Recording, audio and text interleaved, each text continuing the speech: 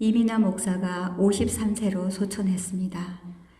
위암말기 판정을 받고 강북 삼성병원에서 치료를 받아오던 고인은 시한부 선고를 받았지만 마지막까지 생의 의지를 굽히지 않았는데 결국 세상을 떠났습니다.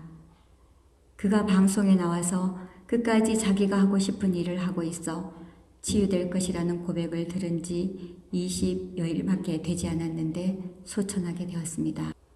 잘 알다시피 이민아 목사는 한국 최고의 지성으로 불리는 이어령 초대 문화부 장관의 딸이었습니다. 또한 대중에게는 김한길 전 국회의원의 첫 번째 부인으로 더 잘 알려져 있습니다. 그녀는 22살에 이화여대 영문학과를 조기 졸업하고 김한길 전 의원과의 결혼과 함께 도미길에 올랐습니다. 그 후 이민아 목사는 변호사 자격을 취득하여 미국 LA 지역 검사를 역임하기도 하는 등 살아생전 촉망받는 재원으로 일컬어져 누구보다도 성공적인 삶을 사는 것처럼 보였습니다. 하지만 결혼 5년 만에 불행했던 결혼 생활을 청산하고 이혼을 했습니다. 그는 신앙 간증집인 땅끝의 아이들에서 첫 번째 결혼의 실패에 대해 아버지로부터 받지 못한 사랑을 구하기 위해 그토록 일찍 결혼을 했지만 그 사랑이 파경에 이르자 크나큰 절망에 빠졌다고 고백했습니다. 그러나 절망은 이혼으로 끝나지 않았습니다. 그에게 갑상선암 판정이 떨어진 것입니다. 점점 이민아 씨는 심신이 피폐해질 수밖에 없었고 설상가상으로 유치원에 입학한 둘째 아들이 주의력 결핍, 과잉 행동 장애 판정을 받으면서 그의 외로운 싸움은 시작되었습니다. 그는 혹독한 시련 속에서도 끊임없이 아버지 이어령 전 장관에게 주님을 영접하라고 청했습니다. 당시 이민아 씨는 망막 손상이 계속 진행돼 2006년에 이르렀을 때는 거의 실명 위기에 처했었습니다.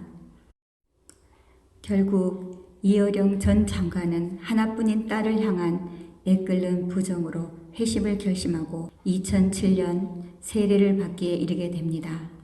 그의 첫 남편 김한길 사이에서 낳은 큰 아들이 원인 불명의 혼수 상태에 빠진 지 19일 만에 사망하는 기막힌 시련을 겪기도 했지만 이민아 씨는 신앙의 끈을 놓지 않았습니다. 오히려 이루 말할 수 없는 슬픔을 이겨내고 2009년 정식으로 목사 안수를 받은 뒤 미국의 각 주와 호주, 푸에르토리코, 중국, 아프리카, 케냐 등을 돌며 전도 활동에 헌신했습니다. 특히 비행 청소년들을 선도하는 일에 앞장서며 마약이나 알코올, 폭력에 사로잡혀 방황하는 아이들을 바라보며 함께 아파하고 상담해주며 새로운 삶을 살 수 있도록 길을 열어주었습니다.